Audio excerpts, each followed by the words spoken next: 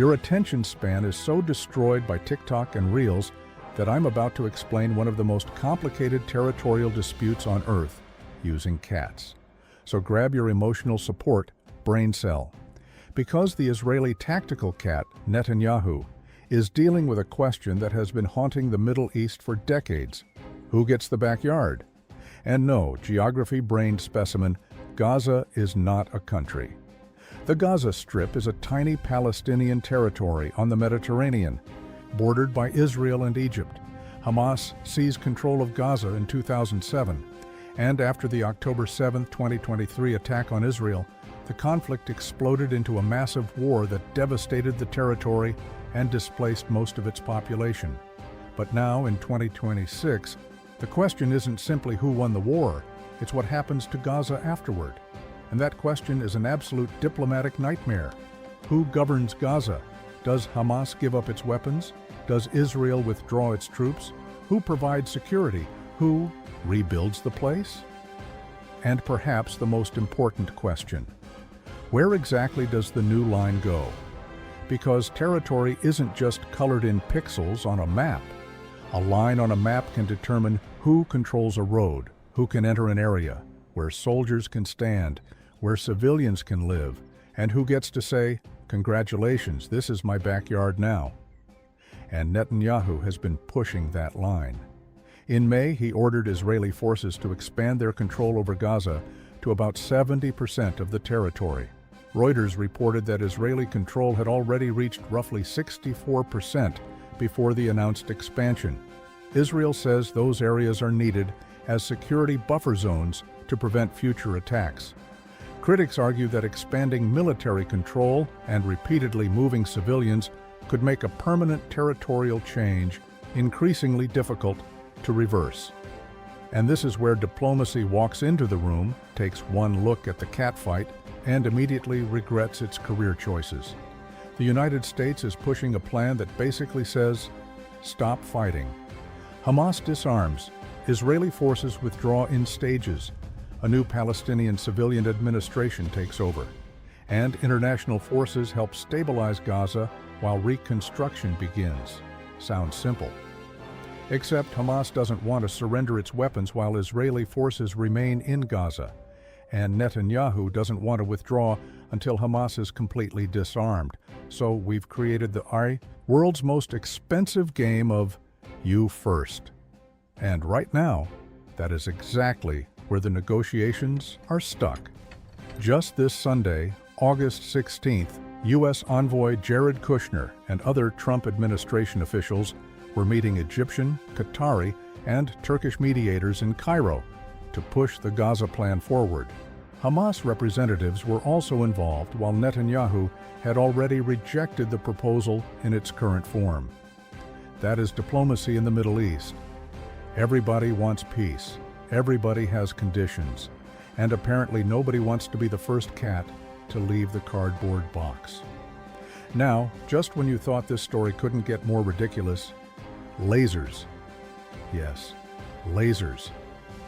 Israel has been developing the Iron Beam, a high-powered directed energy weapon designed to intercept aerial threats, such as rockets and drones. The first operational system was delivered to the Israeli military in late 2025, and the technology is being integrated into Israel's broader air defense network. And this is where modern warfare starts sounding like a video game. You have missile defense, you have radar, you have drones, you have artificial intelligence, and now you have a giant military laser trying to turn an incoming projectile into expensive space toast. But don't get too excited. It's not a magic laser shield. Directed energy weapons still face problems involving range, atmospheric conditions, power availability, and the kind of target they're trying to hit. So no, Netanyahu didn't unlock the cheat code for geopolitics. And here's the really insane part. Technology can become incredibly sophisticated. The political problem stays primitive. Humans have developed weapons capable of tracking tiny objects moving through the sky at terrifying speeds. But apparently, we still haven't invented a reliable way to make two armed groups agree on where one fence should go. And that's why the Gaza problem keeps coming back, because this isn't only about one war. It's about competing ideas of security, sovereignty, territory, Palestinian statehood, Israeli security, armed groups, settlements, borders, refugees, and what happens when generations grow up believing that giving up territory means giving up survival. And if you think that's complicated, imagine explaining all of this to a cat. Actually, forget the cat. You probably failed geography twice. Yes, I'm talking to you, the person who thinks the Middle East is one giant country called somewhere over there. Now here's the part governments really hate talking about. Every map has people underneath it. Every military buffer zone is somebody's neighborhood. Every evacuation order has somebody deciding what they can carry. Every destroyed building is somebody's house, school, hospital, store, or place where an extremely unlucky cat once slept.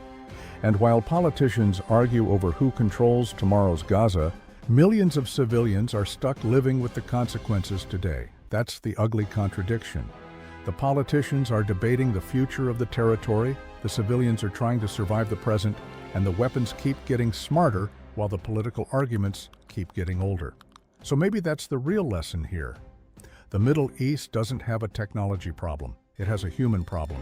You can build a laser that reacts in fractions of a second. You can build satellites that photograph an entire battlefield. You can build drones that see targets from miles away. But none of those machines can answer the one question that actually matters. How do you convince people who believe surrender means extinction that compromise doesn't mean death? And until somebody can answer that, the cycle keeps feeding itself. New weapons, new borders, new security zones, new negotiations, new reasons to reject the last agreement, and another generation of cats growing up underneath a fight they didn't start. So while the biggest cats argue over territory, you don't need a laser. You don't even get a missile. You get the privilege of watching the entire circus from your little cardboard apartment while wondering why your grocery bill keeps going up. That's the beautiful part of geopolitics. The people at the top fight over the map. The people at the bottom live on it. And the map never feels the pain. The cats do. Subscribe to Paws of War, you geographically confused little mammal. Because the next time somebody tells you a war is about just one piece of land, remember? Nobody ever fights that hard over an empty backyard. They fight because that backyard means power. And once everybody believes the backyard belongs to them, even a laser can't draw the line.